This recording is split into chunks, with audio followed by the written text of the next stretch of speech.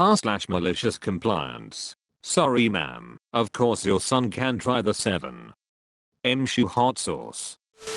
I work in a hot sauce store in a busy outlet mall. We're a well-liked locally owned business and have many loyal return customers, but at this particular location we also get a lot of tourists who are curious about our challenge items or Hot Ones products. We have a large variety of samples available every day. Literally like 100 hot sauces, 50 plus BBQ/wing sauces just out on the table, and we can pull another 50 plus bottles or so from the fridge if one's open. Every so often we get people who come into the store and ask to try the hottest sauce. They love jalapenos in their burritos and have eaten habaneros straight, and they are ready to enter the ring, swallow some sauce and gain the admiration of a couple friends and bystanders at the cost of a stomachache. We usually try to guide them to the 10th hottest sauce in the store, burn them with it, and move on to something mild or medium sweeted to their taste.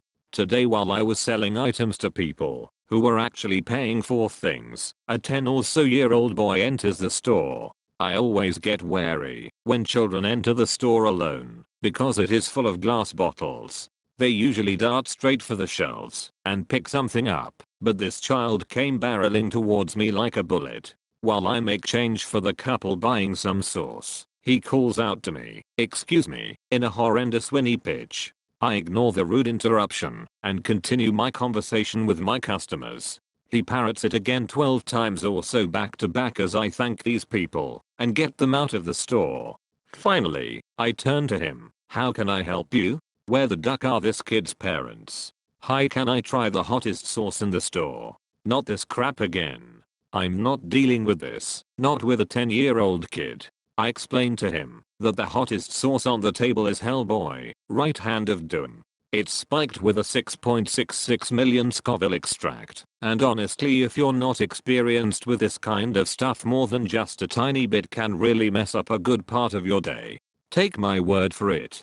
I explained to him he has to be 19 years old to try it and sign a waiver, which is bull fudge, but I'm off in 30 minutes, so frick this kid, and instead guide him to a tasty fermented habanero that he coughs his eyes out on before explaining to me that he could handle the right hand of doom because his dad eats spicy peppers with him all the time. Okay, I say. He leaves, thank God. 15 minutes later I'm interrupted by another customer. This time a gigantic woman, in a blue blouse. She sat next to my sample table like a giant blueberry, blocking up 20% of my floor space. "Excuse me, apple doesn't fall far." The customers I'm with are polite and excuse me to speak to her. "You didn't let my son try the sauce." I explained to her that it has extract in it several hundreds times hotter than anything he has ever eaten, and that it can cause him severe discomfort, and that I will not let him try it in my store. I explained that she is free to purchase the sauce and have him try it at home if she so wishes.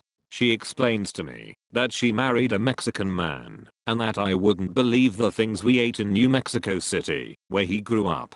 When I asked what they had eaten there, she told me things hotter than anything we have in the store. At this point her daughter interrupts our conversation. "I kid you not. Excuse me. What?" I'm getting annoyed. I was annoyed from the second I saw the kid, and now he's back 20 minutes later with 3 of him. "Why do you sell Valentina? It's not even a hot sauce." Jesus Christ. Aren't you from Mexico? It says freaking salsa picante on the goddamn bottle. It's 5:50. I'm off at 6. I've had enough. How about this? You can try the sauce, and if it's as mild as you think, I'll let him try it. She agreed and grabbed her sample stick. I reached for the right hand of doom and unscrewed the cap. Its nuclear aroma sending memories of aches to my stomach. As she goes to dip the stick into the sauce, I want her to only take a small amount. She grins at me and dips the stick all the way into the sauce. Trap card, which, she slaps it into her mouth. Immediately she looks uneasy before she throws herself into pure agony. She is coughing, swinging her head back and forth, trying desperately to speak, but she cannot muster any words. She dropped her sample stick in all the chaos. After a solid few minutes of coughing and dry heaving, she manages a single word: water. I explained to her that water won't help her now. My relief walks through the door just in time to witness the finish. She tells me that the only reason she is coughing is because it went down the wrong pipe.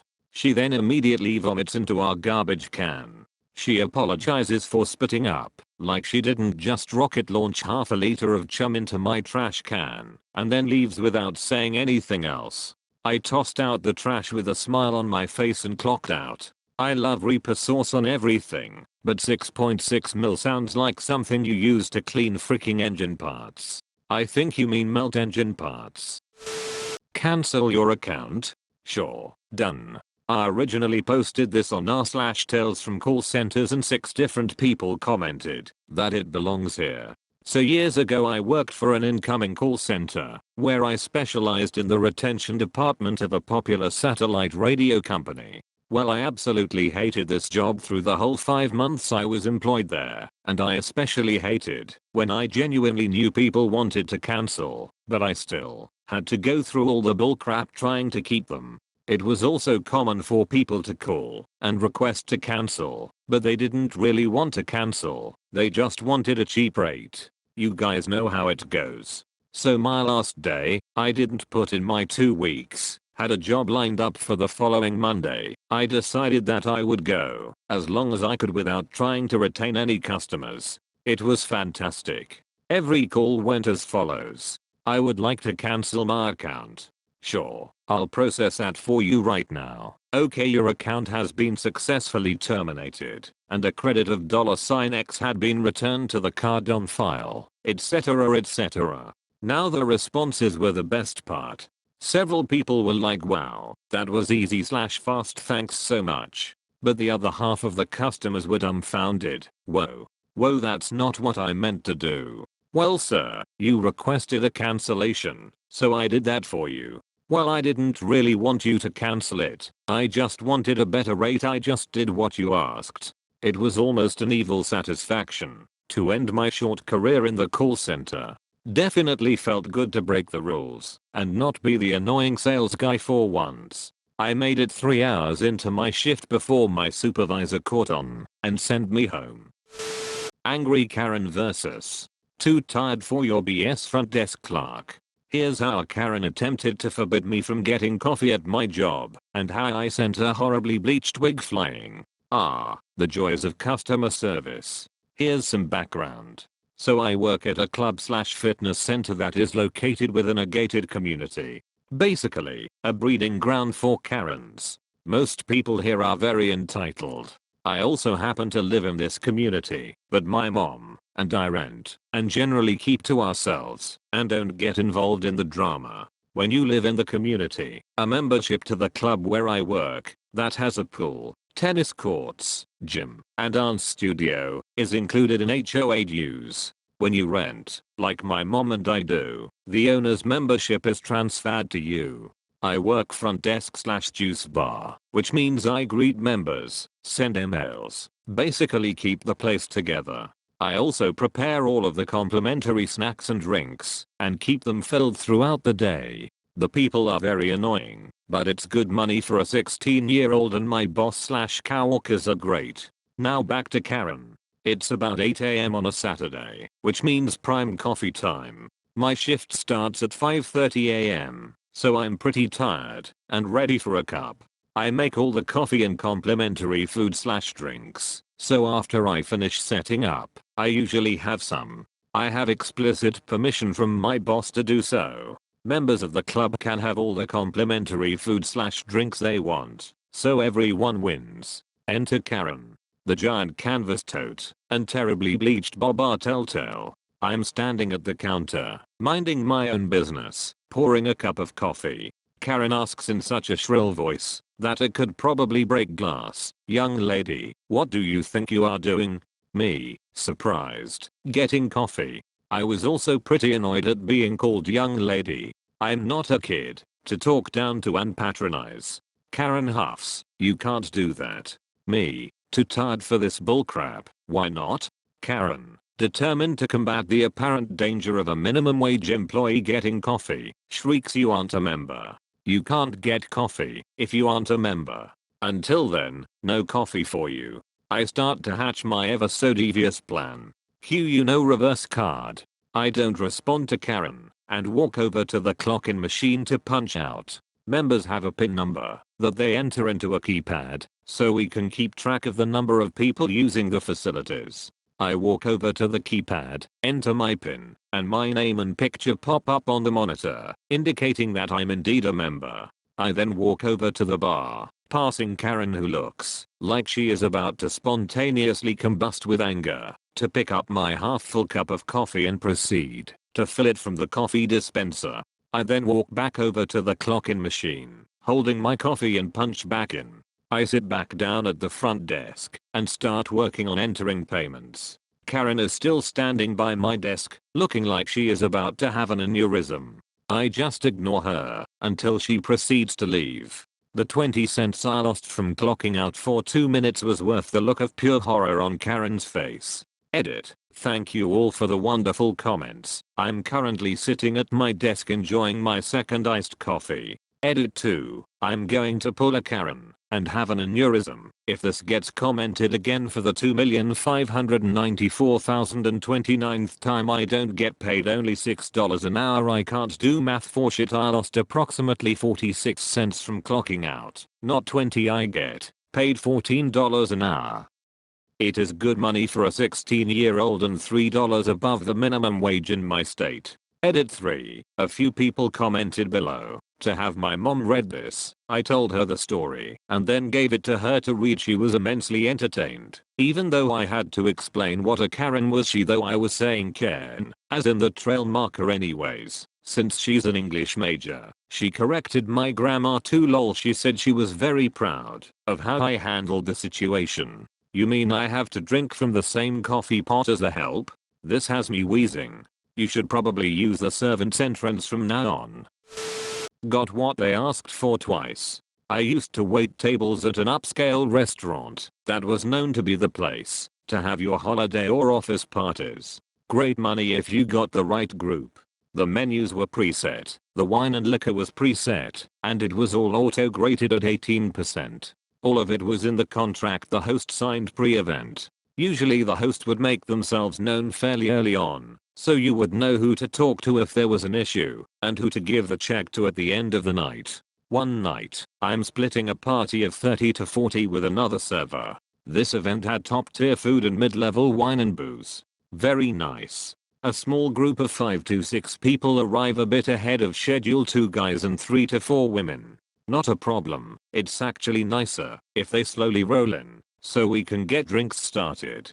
I walk over, introduce myself and the other waiter, and ask for drinks. Now this was back in the early 2000s and chads weren't a thing yet, but the 2 guys were the Chaddiest chads. If they could have popped their collars in their suits, I'm sure these guys would have found a way. Super Chad 1, me and my bro are going to start with a round of Johnny Walker Blue, and these ladies are going to have expensive red wine. Super Chad 2, turning to the girls, once you have Johnny Blue, you just can't drink anything else. It changes you, bro. Me, if you like, I can put those on a separate tab. The event contract has Johnny Walker Black, but not blue, and the red wine selection for tonight is less expensive wine. Super Chad 1, this is our party. Just get me what I ordered, and don't question me again. Super Chad 2, who do you think you are? You're just some waiter. We have MBAs.